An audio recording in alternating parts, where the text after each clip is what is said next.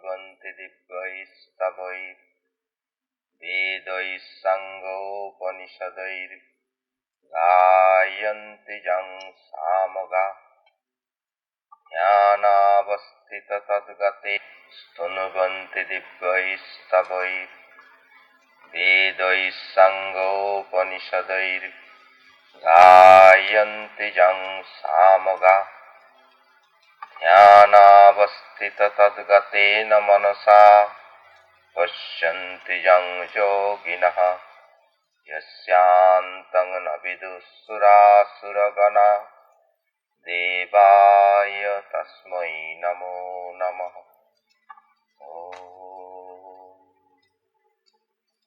Our salutations to that Supreme Being who is one without a second, whom the sages call by various names.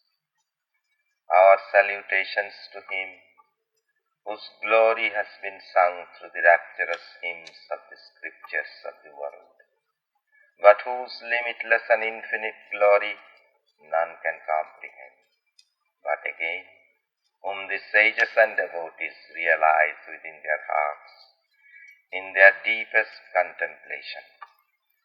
Him we salute again and again. May He shine in our hearts, manifest therein all His glory, and dispel all darkness and ignorance. Om Shanti Shanti Shanti. Peace, peace, peace.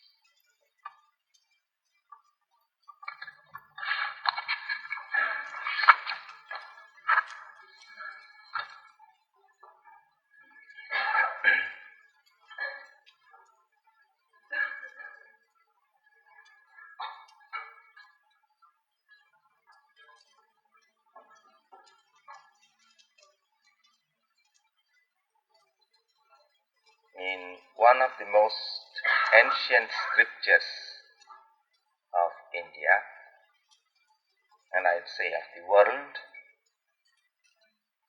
there is this saying, truth is one, sages call it by various names. God or reality or Brahman or whatever name you may give, there is but one. And again, that same God, same reality has many aspects, infinite aspects. It would be a dogmatic assertion to claim that God is only this and cannot be anything else. That would be a dogmatic assertion. Infinite God has infinite expressions and aspects. He is personal, He is impersonal, He is beyond, He is with form, He is formless, He is indescribable. And this truth that has been revealed of God and His infinite aspects is not a mere so-called theory or mere conceptions, but they are based upon experience and based upon that transcendental experience. Whenever an illumined soul has the vision of God or of Spirit, he may have just one aspect. That reality may appear to him in a particular way. Now again, that particular way is not individualistic. Many others will have that same vision, that same experience. And From such experiences that these great illumined souls point out, that he can be known, he can be seen, he can be realized, and he has many aspects. There is a saying of Sri Ramakrishna which illustrates this truth. He gave the illustration of a chameleon. People saw the same chameleon and they began to describe that chameleon in different terms. Some said, I saw that, it is red. Others said, oh no, we also saw that same chameleon which stays under that tree, which stays in that tree, and it is blue. Another said yellow. Thus they had quarrels amongst one another. Then they knew of a man who lived under that tree. So they approached him and asked him, you have seen that chameleon. What is its color? How does it look? Oh, it is red, it is blue, it is yellow, it is all colors. And again it has no color because I have lived under the tree and I have seen that chameleon in many colors and in many aspects. And similarly, only those who have that highest experience, as we find in the life of Sri Ramakrishna, he would accept all aspects. He would accept him as formless, as with form. He would accept him as beyond all attributes and also as the repository of all blessed qualities. Then again, he would say, what Brahman is, nobody can express through the words of mouth. Quarrels and theories exist with regard to God. As long as we do not have the vision, we do not have the experience of that truth.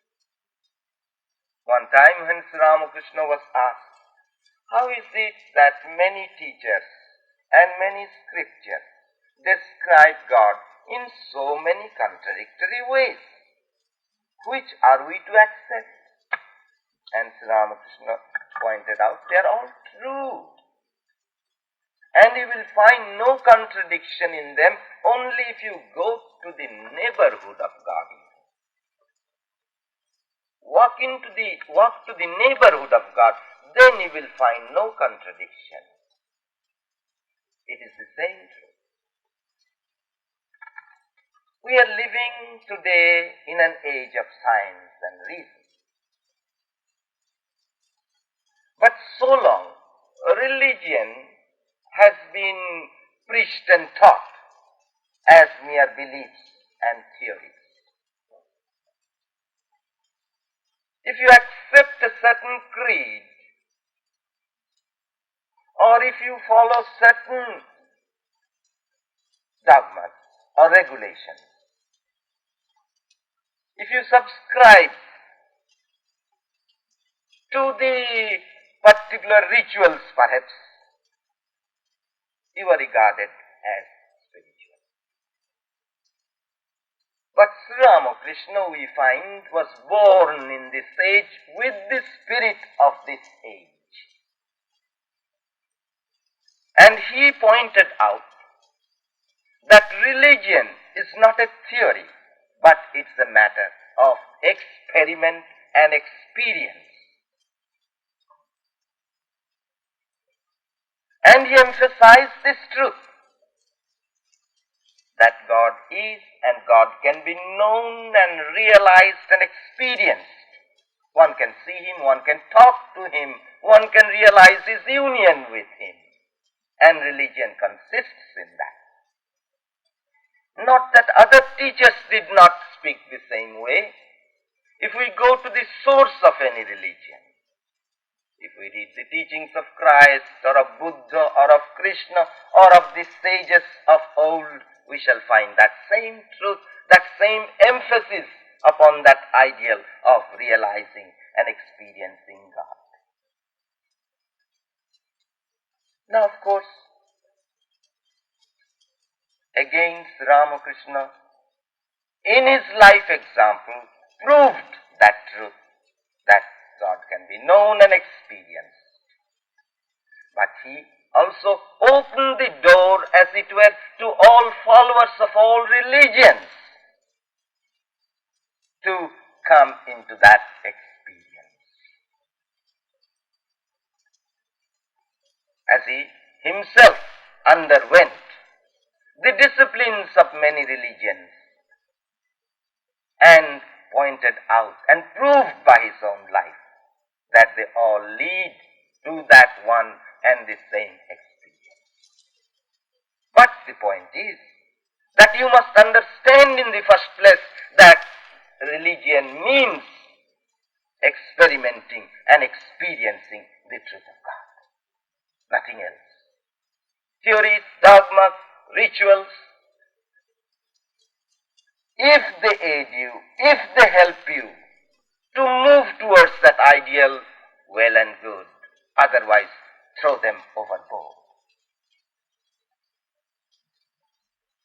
Why is it that we have to experience the truth of God? As I said, we are living in an age of science, age of reason. Now, why is it that there is such great zeal for investigation into the field of science? Because we believe that by experimenting and by experiencing, we shall be able to master, to overcome this external nature. And thereby, it will be possible for us to find a greater life of enjoyment and happiness. True it is that the different gadgets that science has supplied to us have brought some comfort to us. But science, with all its development, with all its advancement, has not been able to give the comfort, the consolation within ourselves. Man is still the same barbarian. Religion, on the other hand, points out that as long as you experiment and expect happiness or peace or harmony from outside of yourself, in the world outside, so long you will be frustrated and disappointed. Because all the time, that peace, that harmony, that what you are seeking is within you. Experiment with that which is within you.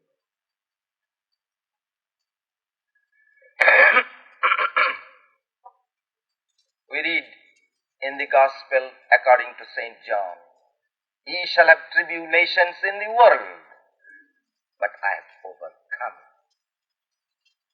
The world will remain the world with all progress in science.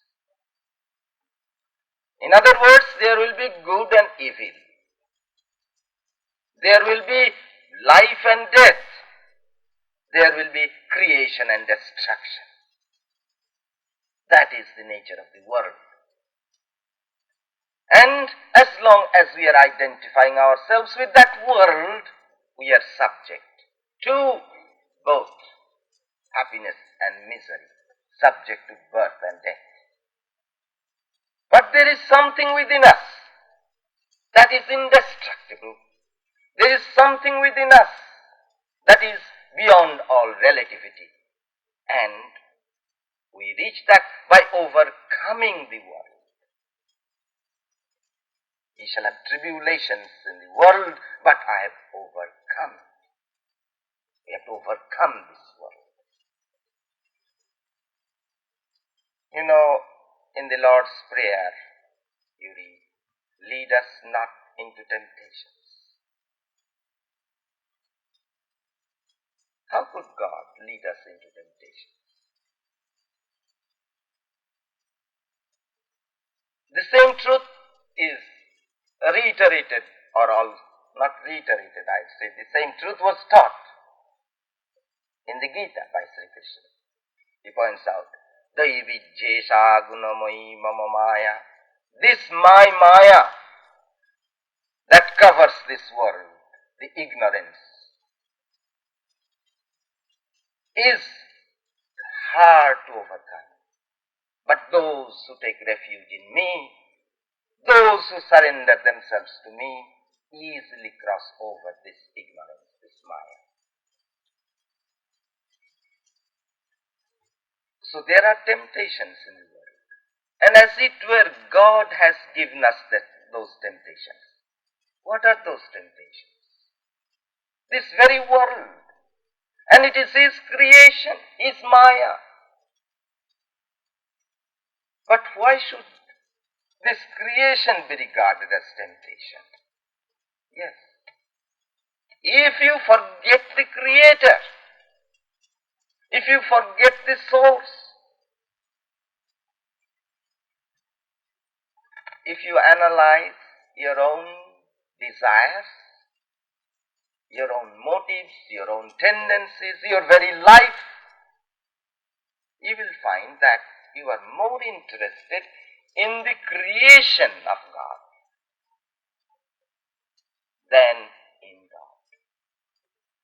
That is the difficulty. That is the temptation. Just ask, what do I desire? Perhaps something of this world. I want to be happy by receiving, by obtaining some object in the world. We are interested in the creation. We forget the Creator, the source. And that is the temptation. And that's why you have in the Lord's Prayer, lead us not into temptations. The only way to overcome this world is to take refuge in God. To know Him. To talk to Him. To realize our union with Him. What is the way? How can we overcome this world? How can we resist the temptations? If you turn your mind towards God, you will find that He is the greatest temptation Himself. He is the magnet.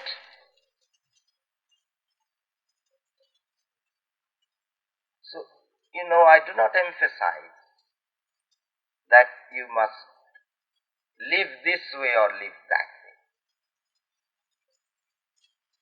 My emphasis has been always upon devote yourself to God. Because He is the greatest temptation. And as you move towards Him, all other temptations will fall away from you.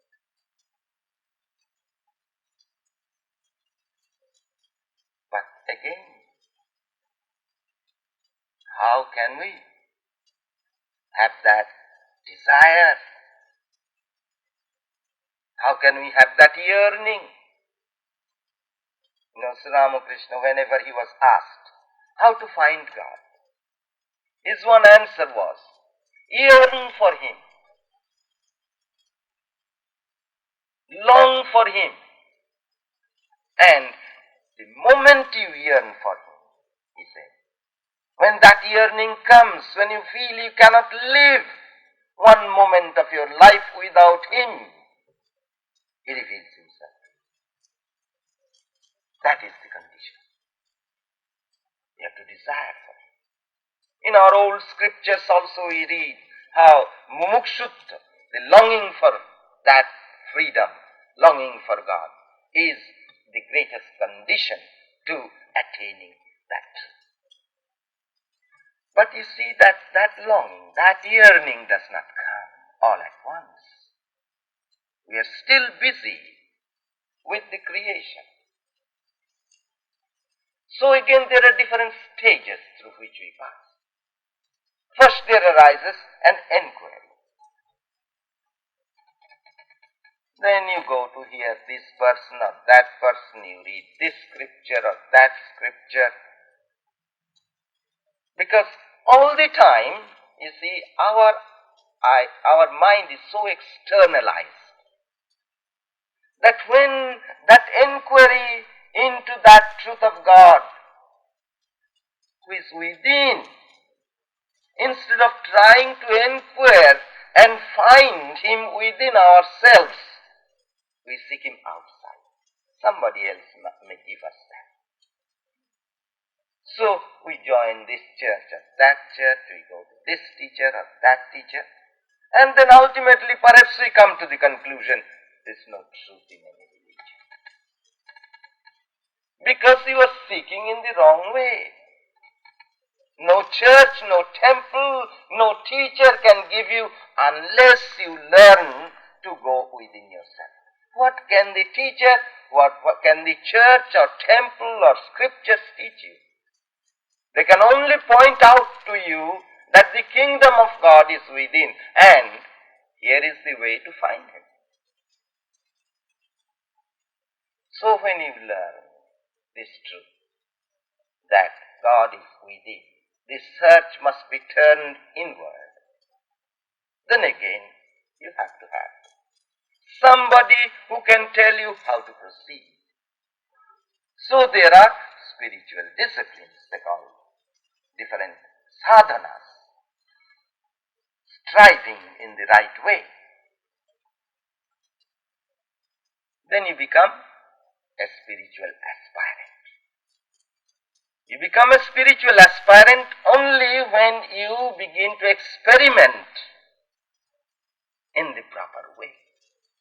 Now, of course, here again, I often come into a great block, as it were, with many people in the West.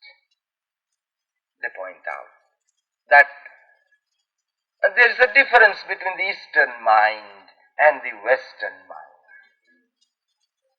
And that it is all right for the Eastern mind to look within and learn to meditate. But for the West and for the Westerners, meditation is not possible. But of course, as I said, I come into a block, as it were. I don't know of any other way. I don't know if it is possible to find God any other way. But by turning within, because God is within, where else can you find him? Even if you externalize yourself, you only see the form, the appearance. You have to penetrate deeper within. Yes, God is within and outside. But outside, is he on the appearance? And if you are living, for instance, in Santa Monica near the ocean, where would you find the ocean? Would you have to go to India to find that ocean? Or just walk a few steps and find the ocean? So where would you find God first? First you have to find it within yourself. Then is it that it becomes possible to find that God everywhere. So when you become a spiritual aspirant, that means meditation, prayer. There is no other way. But of course, meditation does not mean closing our eyes all the time, which is also important. But also, wherever your senses go, wherever your mind goes, see the presence of that reality, that being, that infinite being. Thus, in your work, in your walks, in your leisure moments, there has to be that constant recollectedness. Then you become a spiritual aspirant. And through being a spiritual aspirant, you become what we call siddha. You become a liberated soul. You become released from the clutches of this relative world. But then again, that is not the end. There is perfect, I can't translate this, siddher siddha. That is, perfect of all perfection, if I can use that way. The idea, illustration is given this way. You are seeking a friend of yours and you know that he is in that dark room. So you enter into that room. Then you touch the furniture and say, oh, this is not it. Then you touch the bed, this is not it. Then you touch his body, this is it. You feel him. You feel his presence, you know him. Now this is release or liberation. And then again he wakes up and he talks to you. That is again higher than mere at the vision and that vision of the presence of God. But the moment you have the vision of the presence of God, you become liberated. Then furthermore again you enjoy. You enjoy that mystic union. Now again, the supreme experience is something that is beyond all expression. You become dumb as it were. And all you can say is, his name is silence.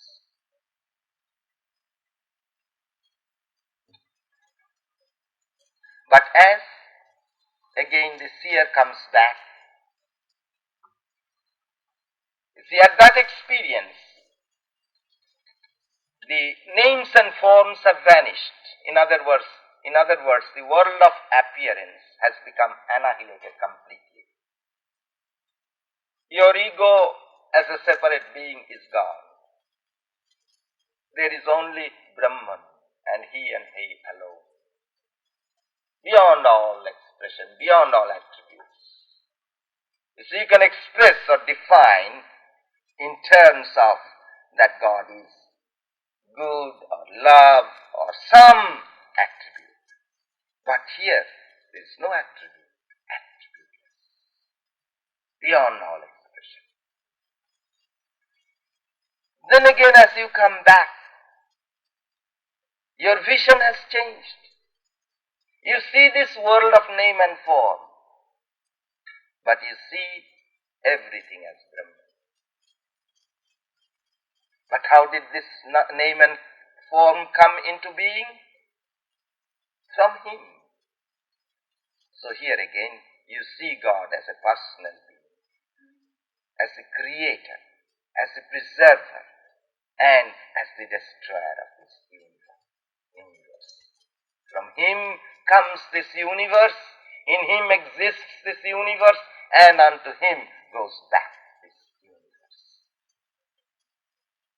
Now, of course, I find it also very difficult to make anybody in the West understand, I won't say anybody, but people of the West as generally understand the aspect of destruction. Why should there be destruction? But you know, as I often give this illustration, you take this seed and you can keep that seed in good form for centuries. There is no destruction. It is a beautiful thing. But what good is it? But you throw the seed on the ground, let it rot, let the seed be destroyed, then only a new life grows out of Then you have flowers and fruits. So we have to accept the fact that dissolution, that destruction going back to the cause. And this is happening everywhere. How can we deny that fact? And when the seer comes and sees, he sees they are all the play of Mother or God.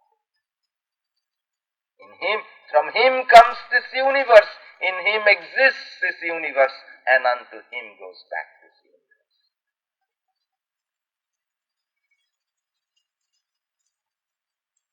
And this power, from whom this universe comes, in whom this exists, this universe exists, and unto whom this universe goes back, is called Shakti. Shakti means power, feminine. The absolute, the unconditioned, beyond all attributes. There is no creation. Sri Ramakrishna used to say this way: when God is at rest, there is no creation, no preservation, no destruction, no universe. He alone is. That is the unconditioned, the absolute Brahman. But when that same reality again moves, as it were, and there is the creation, there is this emanation of the universe, and then he lives in this universe, and again he withdraws unto himself this universe. That I call, he said, Mother. So that power, which we call the creator, preserver and destroyer, is the Mother. And this power and Brahman, the absolute, the unconditioned, are inseparable. They are together always. As Ramakrishna used to give the illustration, fire and its power to burn the heat, you cannot separate. Similarly, Brahman and Shakti, or Mother, are inseparable. So he used to say, Kali is Brahman, Mother is Brahman, and Brahman is Mother.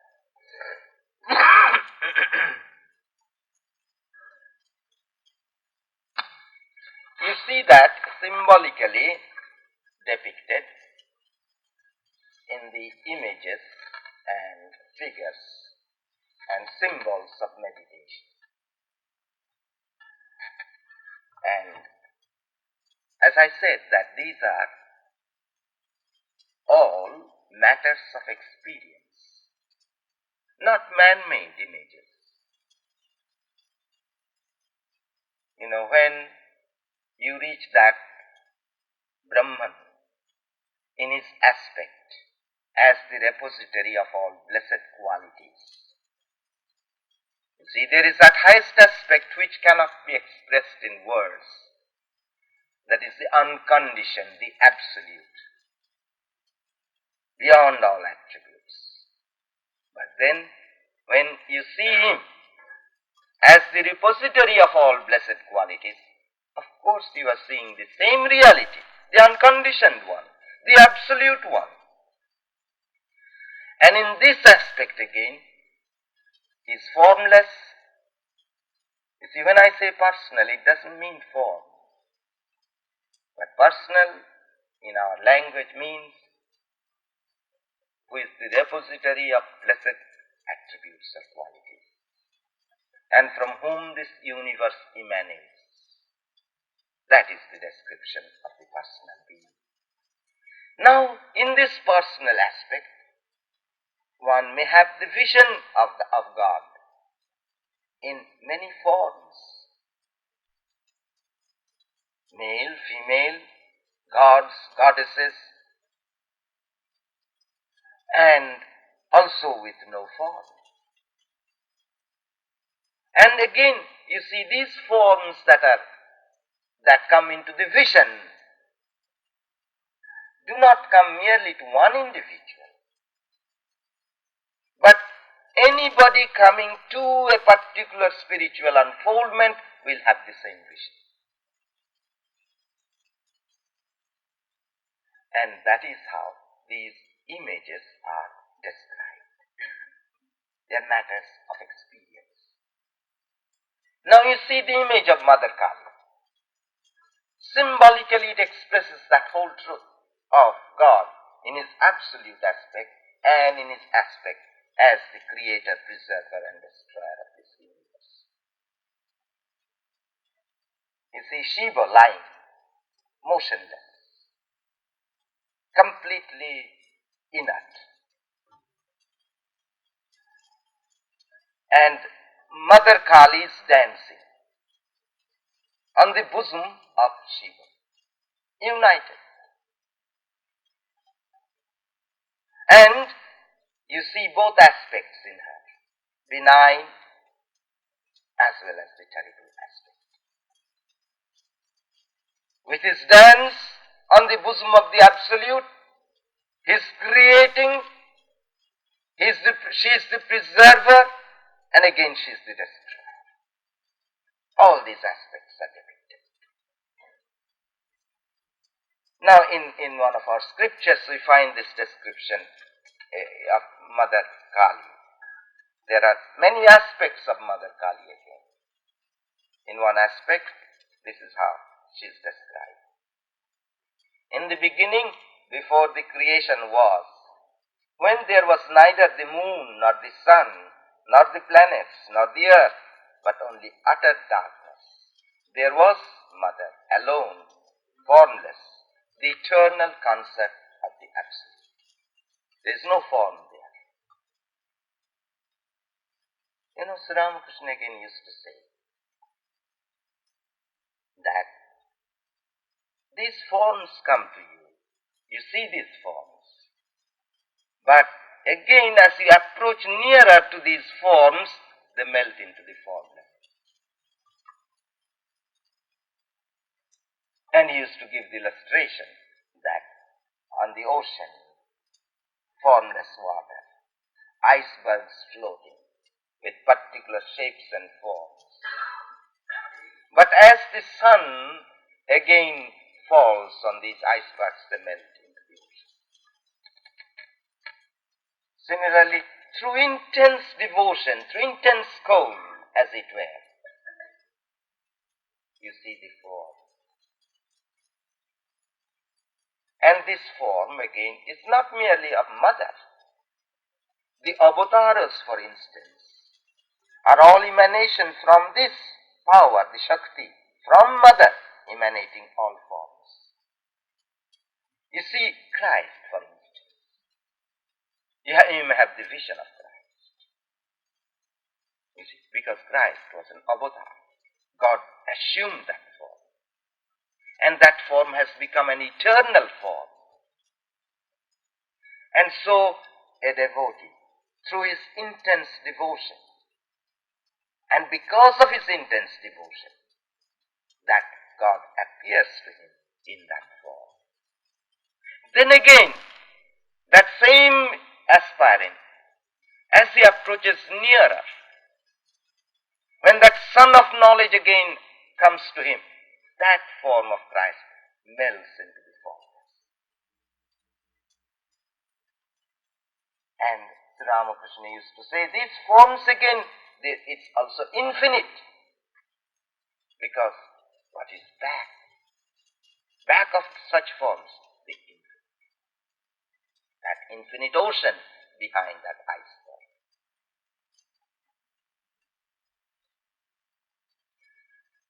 So what is called Mahakali or Nitya-Kali, the eternal Kali, before that creation, before any expression of this universe, the eternal concept of the Absolute, that is the Absolute and the power without any expression.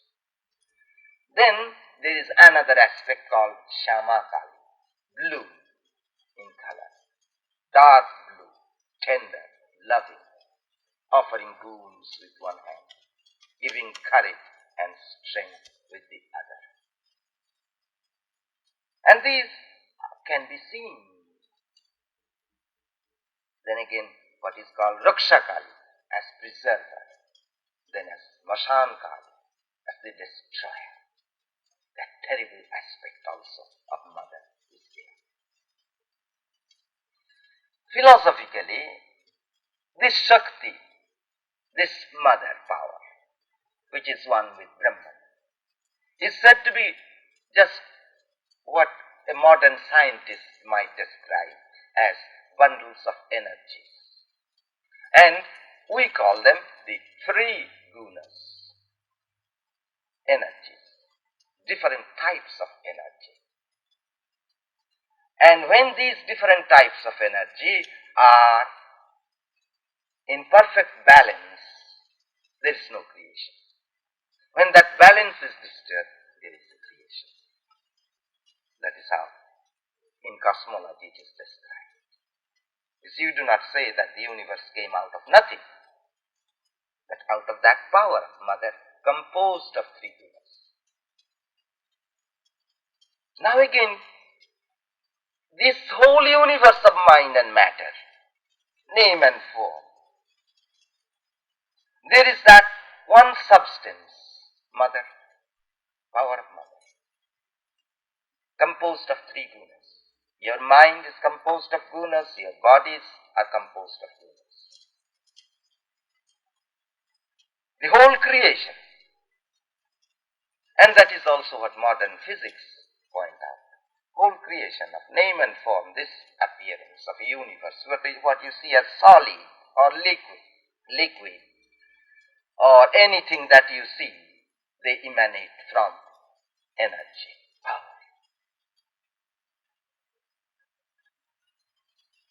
But as I said, as long as we are interested in that expression and not recognize the one from whom this expression comes, we are led into temptations.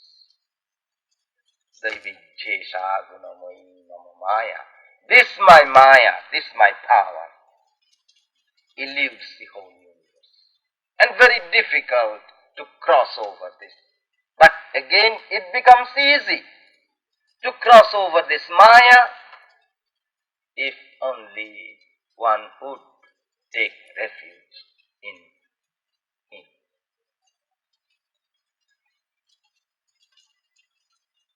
And when we take refuge in him, you see, again mother is said to be, is said to have two aspects. What you may call good or evil. Both aspects are in mother. But why should there be that evil aspect? We call it evil, we call it good. But they're all experiences.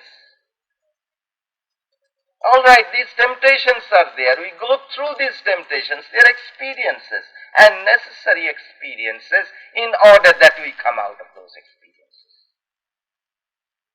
You know, it has been beautifully expressed by the great Yogi Patanjali that this whole universe is given to us for two purposes.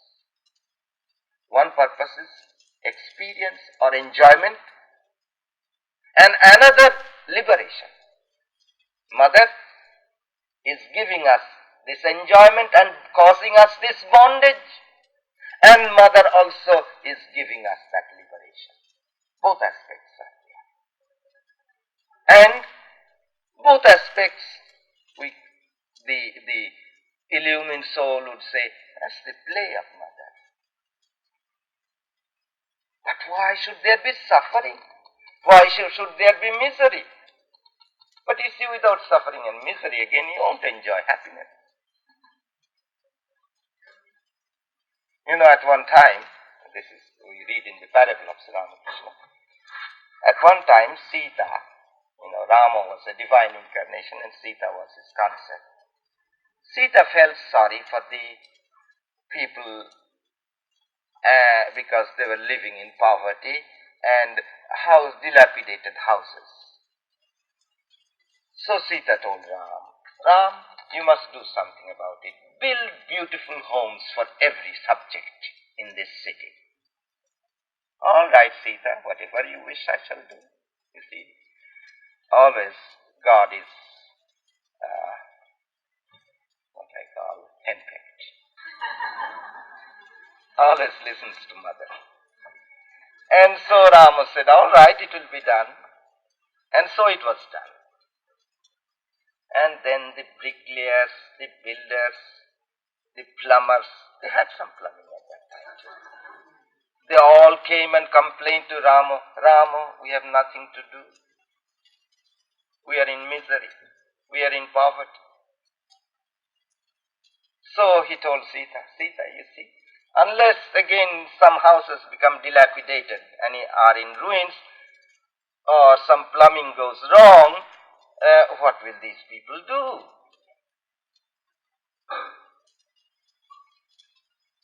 And so they're necessary evils. But again, you see, we are all moving towards that one reality.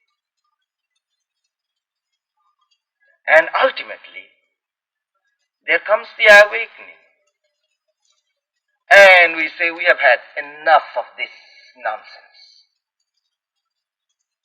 Nothing but tribulation and tribulation. Then you don't see the other side. And others will say you have become pessimistic. But you grow pessimistic. In fact, you begin to see there is nothing in the happiness and nothing in the suffering. They are all the same. Then you are not led by the temptations, and you take your refuge in Mother. Then you take your refuge in God. Now again, to take that refuge in God, what does it mean? You see, I am talking to you, good or bad. I think, I am doing it splendidly. And of course, if you also think I am doing it splendidly, I feel good about it. But if somebody criticizes, then I don't feel good about it. But you see, that is not the way to live and talk and work. It's all Mother's power. Good or bad. All right, if I am telling something that would do good to you, it's Mother. I should not be taking any credit. And if there is any blame, also Mother's. But you see, what we do again, if any blame, we put it to Mother. And if any credit, I have done it. You see, that's the Maya, that's the ignorance. And that means that we have not taken refuge. To take that refuge is to that complete understanding. And it is a feeling and experience that comes. No, I am nothing. Mother is everything. And that is brought out in one of the stories in the Upanishads, which I shall read out to you. Once the gods won a victory over the demons. You see, these gods are not the gods and goddesses that I spoke about. These are the same as what you may call the angels. They are lower beings. Once the gods won a victory over the demons, and though they had done so only through the power of Brahman, they were exceedingly vain. They thought to themselves, it was we who beat our enemies, and the glory is ours. Brahman saw their vanity and appeared before them, but they did not recognize him. Then the other god said to the god of fire, Fire, find out for us who this mysterious spirit is. You see, there appeared a mysterious spirit. So the gods got together and asked fire god first to go and find out who this mysterious spirit is. Yes, said the god of fire, and approached the spirit. The spirit said to him, who are you? Oh, I am the god of fire. As a matter of fact, I am very widely known. And what power do you wield? Oh, I can burn anything on earth. Burn this, said the spirit, placing a straw before him. The god of fire fell upon it with all his might, but could not consume it. So he ran back to the other gods and said, I cannot discover who this mysterious spirit is. Then said the other gods to the god of wind, Wind, do you find out for us who he is? Yes, said the god of wind, and approached the spirit. The spirit said to him, Who are you? I am the god of wind. As a matter of fact, I am very widely known. I fly swiftly through the heavens. And what power do you wield? I can blow away anything on earth. Blow this away, said the spirit, placing a straw before him. The god of wind fell upon it with all his might, but was unable to move it. So he ran back to the other gods and said, I cannot discover who this mysterious spirit is. Then said the other gods to Indra, greatest of them all, O respected one, find out for us, we pray you, who he is. Yes, said Indra, and drew nigh to the spirit. But the spirit vanished, and in his place stood Uma, God the Mother, well adorned and of exceeding beauty. Beholding her, Indra asked, Who was this spirit that appeared to us? That, answered Uma, was Brahman. Through him it was, not of yourselves, that you attained your victory and your glory. Thus did Indra and the god of fire and the god of wind come to recognize Brahman.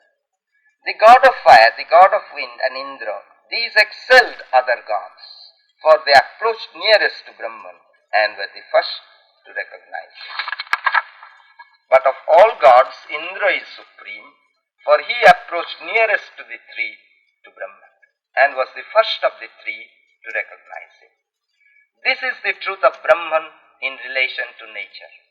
Whether in the flash of the lightning or in the wink of the eyes, the power that is shown is the power of Brahman. This is the truth of Brahman in relation to man. In the motions of the mind, the power that is shown is the power of Brahman. For this reason, should a man meditate upon Brahman by day and by night. Brahman is the adorable being in all beings. Meditate upon him as such. He who meditates upon him as such is honored by all other beings. When the disciple asks, Sir, teach me more of the knowledge of Brahman, the teacher.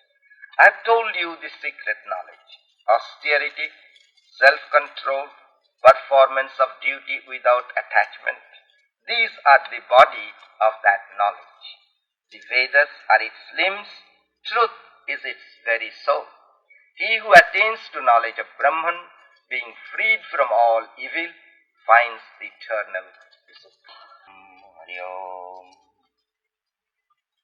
Om Asato Ma Satgamaya Tamaso Ma Jyotirgamaya Mrittor Ma Amritangamaya Avir Maiti Rudrajatte Dakshinang Mukham Tatte Mang Pahi Nityam. Oh, lead us from the unreal to the real. Lead us from death to immortality.